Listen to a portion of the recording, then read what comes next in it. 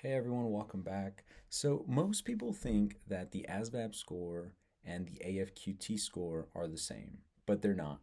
And misunderstanding what they both measure can cost you an opportunity for a job or a specific job you want in a specific branch, or it can cost you the opportunity to join a specific branch. So, I want to cover the difference between them and their importance. So, let's dive right into it. All right, so let's start off with the ASVAB score. So the ASVAB score, it's abbreviated for Armed Services Vocational Aptitude Battery Test. And what it does, it measures your knowledge of all these sections in the test. And what these sections consist of, it's usually 10 sections, and it can be auto shop information, mechanical comprehension, electronics information, maths, science. And what it does is, as you take the score, once you complete it, you'll get a score for each one. So it can be like a 30 in science, 25 in mechanical comprehension, and so on. And think of it like a report card. When you were in school and it was Friday and you got your grades and it was like a D, C, depending on your subjects, either math, you could have got a D, English, you could have got an A. Think of it that way. And what it does is these line scores, they're basically calculated, and depending on the branch, each job rate or MOS has a specific score you either have to meet or surpass to be able to qualify for that specific job. So, for example, if you wanted to be a marine science technician, this is using Coast Guard as an example here. If you wanted to be a marine science technician, then of course you need to do well in science, probably math and English.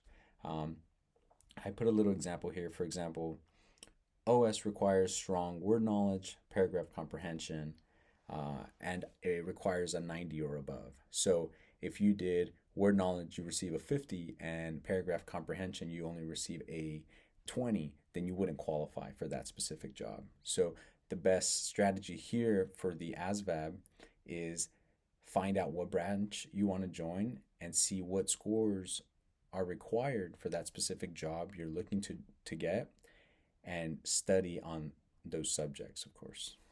And the ASVAB score sections are used to measure job specific aptitude. It's not to measure like your overall general intelligence. So the Armed Forces Qualification Test scores, the AFQT, this one is slightly different. So the AFQT is not a separate test. It just gathers your overall score, and it is only calculated from 4 ASVAB subjects. So this is your core subjects here. It's going to be arithmetic, reasoning, mathematics, word knowledge, paragraph comprehension, and that's it. It measures your basically ability to learn, read, and solve problems. All other subjects do not affect your AFQT score. Think of it like your GPA. So whenever you graduate high school and you want to go to a university, they have an overall GPA for you to join. They're not looking for how good you did in science or mechanical comprehension and so on. They're just looking for your overall GPA. They require a 3.0 to join. And so the AFQT score, what it does is it helps the branch know if, hey, are you able to join or not? So are you able to enlist?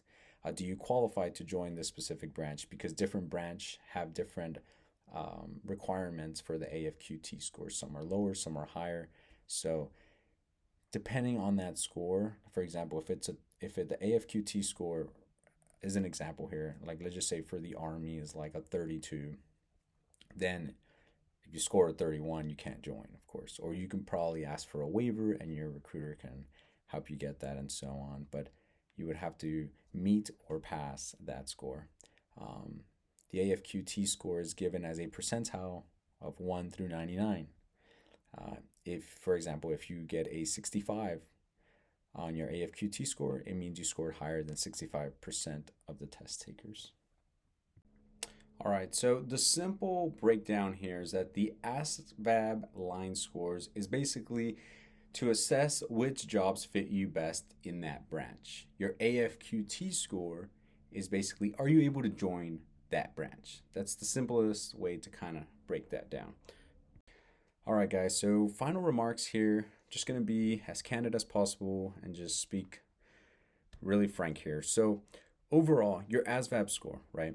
The higher the score, the more opportunities. The more opportunities, the more chances you'll land a job you really enjoy. That is very, very important.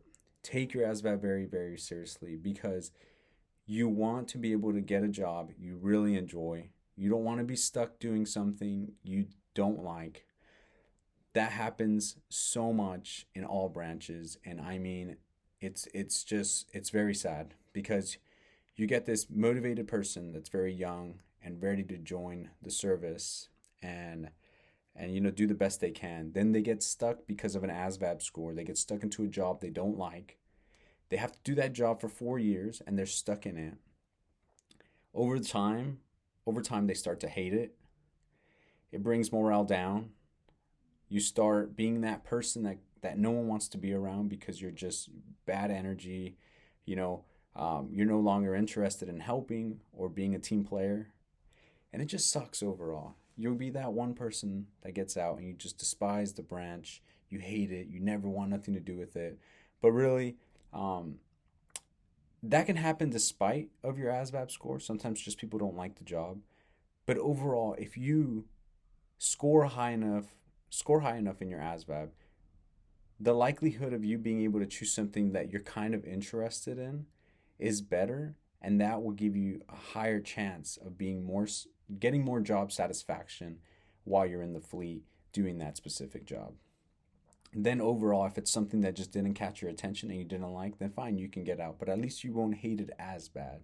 And that's why it's really just so important. It's so important to know what you're studying for. It's so important to understand what you're really shooting for. My advice would be find and look into the branches, find the branch you like, look into the MOS or jobs that they have, the rates, and see what interests you. See what you really gravitate to the most and what really suits you best. Find out what areas you need to study to be able to perform that job and to qualify for that job, and study up on those subjects. Overall, your AFQT score, just just focus on the core material. That way you can get into that branch. But my best advice is take it very seriously. Do your best. It's better to have more opportunities than be limited. So with that, I'm closing here, and I hope you guys liked the video. Give a thumbs up.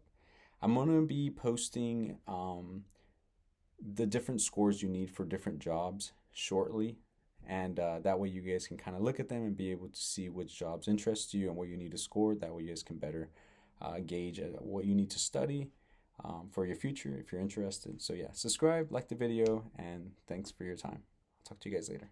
Peace.